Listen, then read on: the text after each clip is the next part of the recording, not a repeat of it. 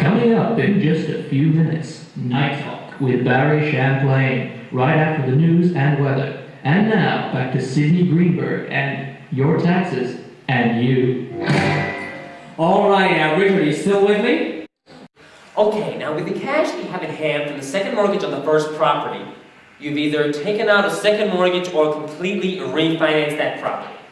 Now you have cash in hand, what are you going to do with that cash? Well, that's why the property is probably worth in the neighborhood of $100,000 or $200,000. You pay off the existing mortgage of $10,000 with a $175,000 refinancing loan.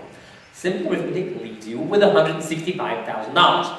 Now, you could pocket this money, but that isn't going to get you anywhere because you're not using the money. And the last thing that you want to do is sell, because that means capital gains tax, and that means you got to send a check to, yeah, you guessed it, our fat uncle in Washington. Don't want to do that, so hold on to that property. Okay, now Richard, you still with me? Okay, now Richard, do you have a pencil and paper? Good, because now we're going to make some money. What you need is a tax break and some income. So, you take that $165,000 and you fly to Florida, and you look for an office building going for somewhere in the range of $1 or $2 million. You use the $165,000 plus the $50,000 your uncle left you and the $100,000 you're going to make off the second mortgage on your house. You roll that all together and you use that $315,000 as a down payment on the office building in, let's say, Cocoa Beach. Florida. You take the excess income you make on the rentals in that property and you put that beyond your monthly finance payments and the two notes into either a zero coupon bond or a T-bill. What about a Guinea Mae? Guinea Mays, Fannie Mays, Willie Mays, you'll never lose with bonds. You establish an annuity trust, your kids will have plenty when college days roll around, and you'll be sitting pretty with a tax break in Florida. 2 places to go on vacation, and get this, Richard, over $2 million worth of property. Unbelievable. But guess what, Richard? Using my method, you've just become a millionaire! How about that? But wow! Alright, now the big clock on the wall is telling me that it's time to wrap up this episode of Your Taxes and You for this evening. Stay tuned for the news and the weather, followed by some stimulating conversation from the master, Mr. Barry Champlain. I am Sidney Greenberg, reminding you that it's not how much you take, it's how much you take home. Coming up in the next hour, Cleveland's most So we're gonna go from here? controversial host of the airways, Barry Champlain on Night Talk. You know, shit, it's gonna be a wet track. Yeah, of course it's gonna be a wet track. It's gonna rain all day. This is Wipe it off with a towel. So who do you like in third race? Listen, we keep on talking, we're not gonna make it there, so let's do it. Did you my car when you came today? No. This is California. Sitting on one of my car, he's got circles, you know, around all the rough spots. What, wacko? No, it's a black kid. And so he tells me, for $95, he can take out every dig and rough spot. But don't believe it. This time, an American Airlines jetliner has local debt. The Cleveland City Council voted unanimously today to reject the new toxic waste treatment bill that has been pending for 5 years. An earthquake in Chile has killed 700 people. I called my mother in New Jersey this morning. I told her the show was going national. She wanted to know if that meant we were going to be on TV. Isn't that right? Stu, how you doing tonight? Good, Mac. Nice. Hey, listen to this. Last night, right, I called this Chinese restaurant, you know, I'm ordering takeout. Figure it's the last time in my life I'm gonna have to order Chinese takeout food. Okay, so I dial the number, I dial the wrong number, and I get this Chinaman bookie, right? Yeah, so I'm talking on the phone with this Chinaman guy. The guy doesn't take bets on sports or horses. He takes bets on animals that fight each other. Okay? You know, dog fights, pit bull fights, chihuahua fights, monkey fights, frog fights, dude, frog fights. Anyway, put some money down. I won $100 on a frog named Hung Far Low. Come on, Linda, we're wasting time. Oh, you want to hear these? I'm here. Okay. 60 seconds to wear. North American Boy Love Association has a chapter in Shaker Heights. They found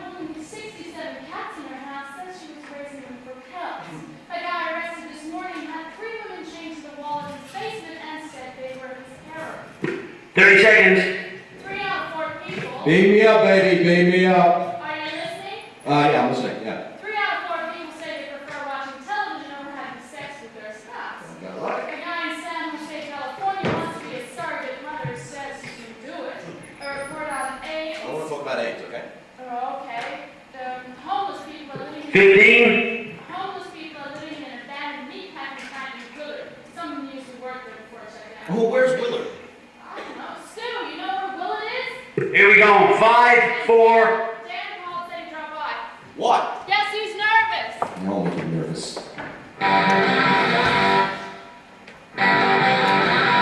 And now, from the heart of his birthplace, it's time for Cleveland's most popular and controversial talk show, Night Talk with Barry Champlain. And now, ladies and gentlemen, here's Barry. Last night, an 80-year-old grandmother was knifed to death on a Lucid Avenue. 20 people were watching, no one lifted a finger. Some kids needed money for crack, so they stuck a knife in her throat. And in Shaker Heights this week, your good citizens, your doctors, your lawyers, and your dentists have formed a little club. They're having sex with children, folks. And in the East Side this week, 15 churches were busted for, get this, illegal gambling activities. And that's just in Cleveland, folks. This country, where culture means pornography and slasher films, where ethics means payoffs, grass, and insider schemes, where integrity means lying, whoring, and intoxication, this country is in deep trouble, people. This country is rotten to the core, and somebody better do something about it. Now, tomorrow night, this show, Night Talk, begins national syndication. That is to say that some smart guys down at the Metro Scan Network have decided to pick us up for the benefit of people all over America. 257 stations across the United States and Canada. How about that? How about that?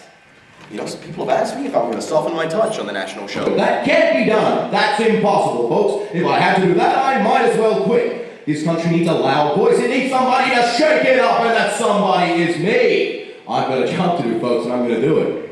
But I need your help. Now, this is what I want you to do. Are you listening? I want you to do something very simple. There's a thing in your house, it's called a telephone. I want you to pick it up.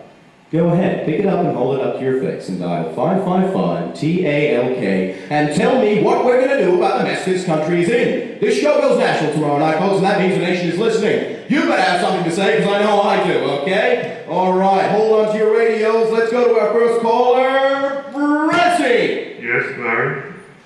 Hello. I got a little problem I'd like to discuss. Shoot. I'm a transvestite. And I'm trying to save some money for the operation. Francine. What? This isn't interesting. It's something I have to talk about. Francine, in your wildest imagination, what possible interest do you think that your personal adventures in surgery would have for my listeners? I don't care about your listeners. It's something I have to talk about. Well, I know. Night Talk. Yeah, Josh, you're on. Hey, thanks a lot, Barry. Barry, now, don't you think that the policies that the World Bank is following only hurts the economies of third world countries to the benefit Oh, of Americans? third world countries, third world countries. Where'd you hear that one, Josh? In college? Well, let me guess, you heard it on 60 Minutes, yeah? Hey, it's a commonly used term. Yeah, I know it is. It intrigues me. I hear people use it all the time. I don't know what it means, though, don't you? Of course I do. Oh, please tell us. Well, it means developing countries. You know, small, poor countries. Okay, small countries. What, so India's not third world? Well, India is a totally different kettle. Oh, what about communist countries, Josh? You know, Red China, for instance? No, not communist countries. Look, we're getting off track. Hey, look, we're not getting off the track, Josh. We're getting on the track. See, the track is that you don't know what the hell you're talking about. You know, you called me up and you start spouting a bunch of left-wing mumbo-jumbo about a subject you know nothing about. You know, Yugoslavia's communist. It's a third world country. So's Nicaragua. So's Cuba. You know, Josh, why don't you go back to college, and when you graduate, give me a call. Night Talk, you're on. Barry, hey man, what do you think about the Indians this year? I don't know where I'd say this. Oh, I disagree with you on that one, Brad. They're gonna take the pin. Nicarag's gotta win 20.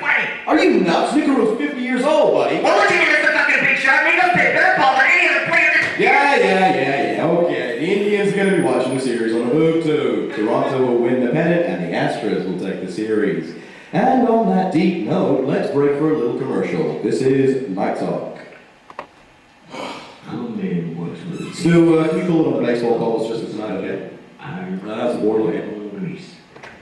Yeah, the board's good. Warming up. I got 5 hanging already. 2 look really good, man. Barry!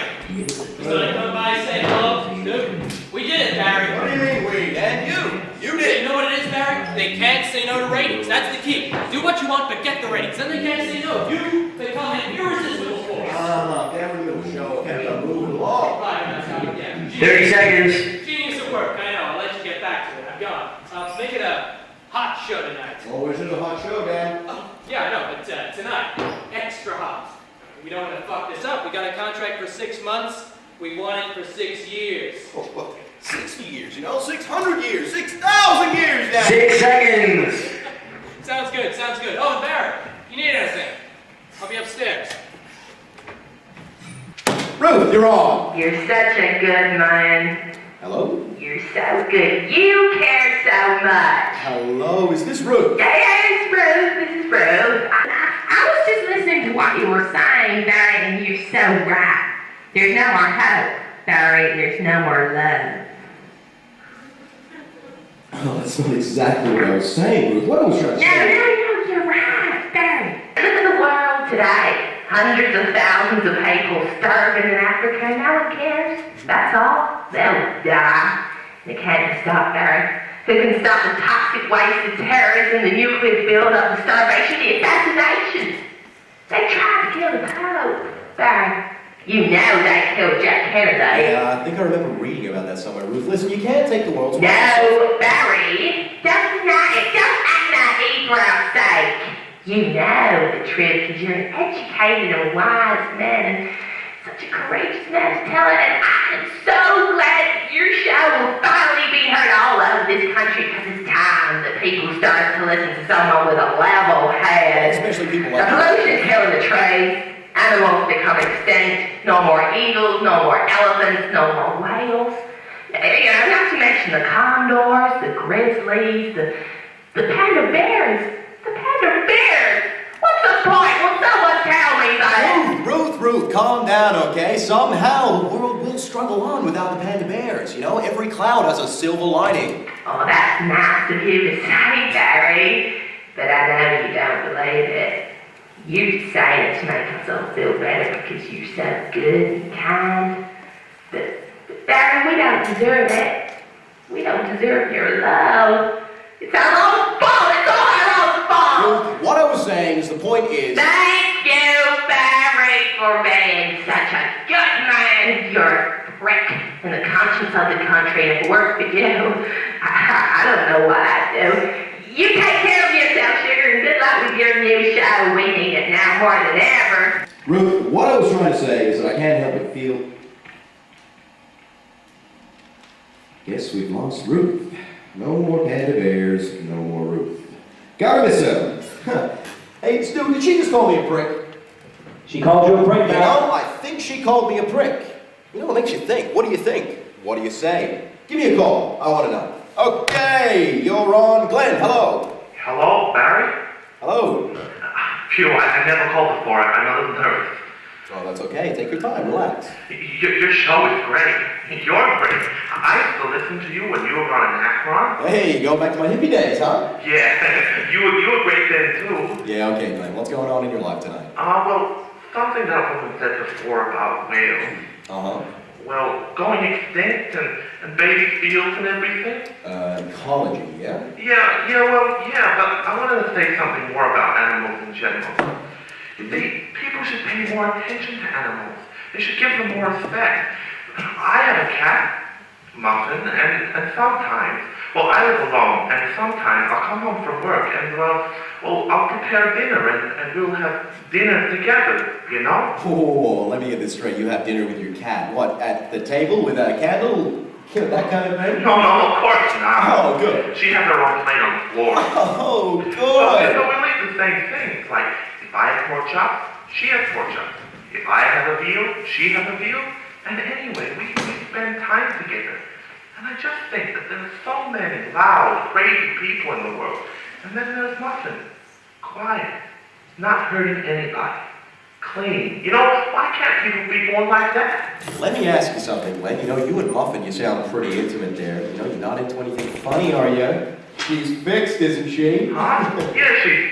Hey, I didn't think I would... You don't think? Well, hey, Hey, Glenn, maybe the way to get people to act like Muffin is, to have them fixed. What do you think, Cut off the old cojones, huh? No, I'm not saying that at all. Maybe we should all get fixed, Glenn, then we'd be as quiet as little kittens. Isn't that what you want, buddy? No! Listen, Glenn, what are we alive for, huh? We're not house cats, okay? It sounds to me as though you've got to make a choice. Either you start living, or you go and get fixed. Take my advice, stop hanging around with a pussy, and go and find some. Lights off, Betty. You think you're so smart. Hello. You're so smart, aren't you? Cutting everyone off all the time. You know everything, don't you? Not everything, Betty. No one knows everything. Not even I know everything. Why are you always making fun of this country? Why are you always talking about bugs and niggers and Jews? You know what I hate, Betty? I hate people who call me up and they tell me things that they don't want to talk about. If you don't want to talk about AIDS or blacks, why'd you bring them up in the first place, huh? It sounds to me as though you like talking about them. If you don't want to talk about them, then tell me what you want to talk about. Or get off the phone! Why don't you start by telling the truth? About what, Betty? You know what I'm talking about. The people behind your show. The people who pay the bills. Let me guess, you're talking about the sponsors now. Don't act dumb with me. What kind of name is Champlain anyway? That's not your real name. You changed it, didn't you? Why? Maybe because it sounded a little too Jewish? Change the name, get a nose job, same old story. You think people are so stupid. No one's as smart as you are. You think people are never going to find out about this propaganda that you and your bosses and the state of Israel are perpetrating? Oh, hold on. State of Israel? State of Israel? Come on, Betty! There are two kinds of Jews. Oh, yeah? Yeah. The quiet types and the big mouth types, and you're one of the big mouth types. Cut me off. Go ahead. I know you want to. Whoa, I'm not going to cut you off, Betty. You're far too interesting to cut off. But what you're saying does remind me of a little story. See, 2 years ago I decided to visit Hitler's homeland, Germany. I've never been there, and decided to pay a visit to Hitler's homeland. Are you familiar with Adolf Hitler, Betty? I am familiar with Hitler. Good. Now, being Jewish, I decided to pay a visit to what was left of a concentration camp on the outskirts of Munich, Dachau. So you join a little tour group. You go up by bus and you get out of the gates. It's rather chilling. Anyway, a sign over the gate says Arbeit macht frei. It means work will make you free. Something the Nazis told the prisoners as they entered the camp. Of course, most of them never left. Are you still listening, Betty? I hear all your lies. Good. I want to make sure you don't miss any of this. Now, as I was walking along the path between what remained of the barracks where the prisoners slept and the gas chambers where they died, I saw something glitter amongst the stones of the gravel. I bent down to see what it was, and what I found was a tiny stone of David. Very old. And who knows, it may have belonged to one of the prisoners of the camp. Perhaps even a small boy, torn away from his parents as he was dragged away to the slaughterhouse to die. Now, I kept that star of David. I know I shouldn't have, but I did. And I keep it right here on my desk. I like to hold it sometimes. In fact, I'm holding it right now. I hold it in my hand to give me courage. Maybe a little of the courage that boy had as he faced unspeakable evil can enter me, as I face the trials in my own life. When I face the bitter and the bigoted, the narrow-minded people who hide behind anonymous phone calls full of hatred and poisonous bile. People who have no brains and no spine, so they lash out at the helpless. People who are so grotesquely ignorant. People like you, Betty, who make me want to puke. People who have nothing better to do than to desecrate history, perhaps only to repeat it. Are you still with me, Betty? Keep talking, you boy! Sure. Okay, let's send the microwave oven out to Betty. Night talk. Denise, you're on. Hello, Barry? Oh, I can't believe I'm actually on. You're actually on. I wanted to talk about my boyfriend. Mm-hmm. How old are you, Debbie? I'm almost 16, Barry, and... Okay, and how old's your boyfriend? Well, I don't know. He doesn't go to school. Okay, so doesn't go to school. Where does he work? Well, I don't see him all the time, so I I don't really know. Okay, you don't know whether your boyfriend works or not. That's interesting. Well, see, the reason I don't know is that he leaves town sometimes. And he kind of lives in his pickup truck. It's one of those that's all customized with tons of chrome on it. He even has license plates that say Stan 3 and everything. And he tells me that he loves me, Barry, and I love him. You know, love's a pretty hard thing to define, Debbie. You know, tell me something. Is Stan a nice guy? Yes. Well, you're a pretty lucky girl to have a nice guy in love with you, so what's the problem, Debbie? Well, see, Debbie? Hello, you still with us? Yes. Debbie? I'm gonna have a baby, Barry, and now Stan isn't around. I'm gonna have to tell my parents pretty soon. Now, Debbie, okay? Nothing's that bad, okay? You're pregnant. We used to call that being in trouble. You know, it's bad, but it's not the worst thing that could happen. But my parents are gonna kill me. Okay. You don't understand. Look at it this way. You know, people have babies all the time. It's not the end of the world, it's the beginning. A little baby's coming. A little pink baby.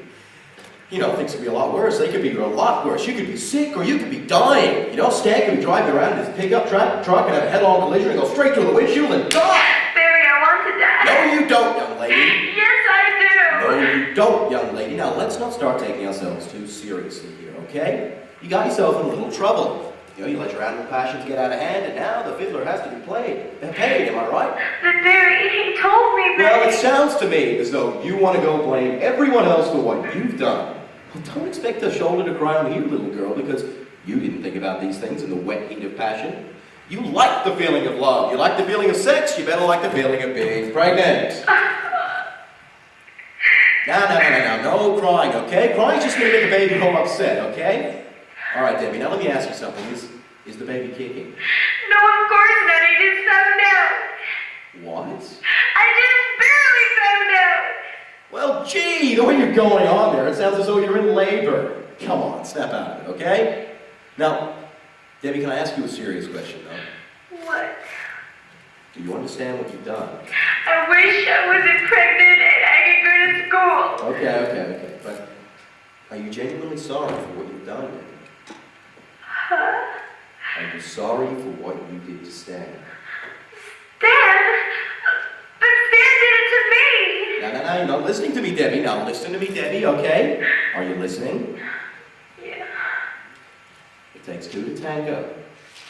You seduced poor old Stan with your 15-year-old body, and now you want everybody to feel sorry for you? Ha! Don't expect a shoulder to cry on here, little girl. You trapped him into sticking around, you know? No wonder the guy can't find a job. You think maybe that's right?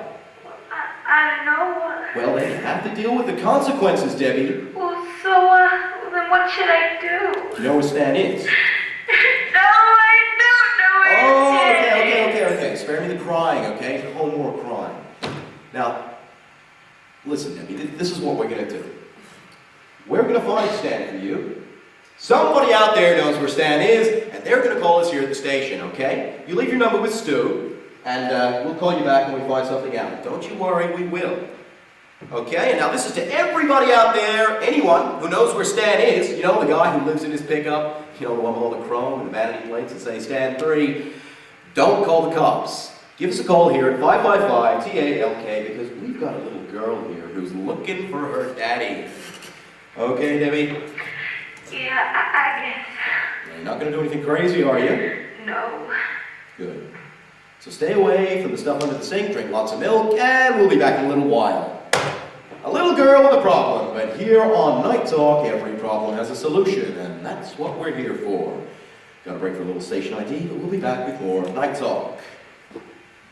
You hungry?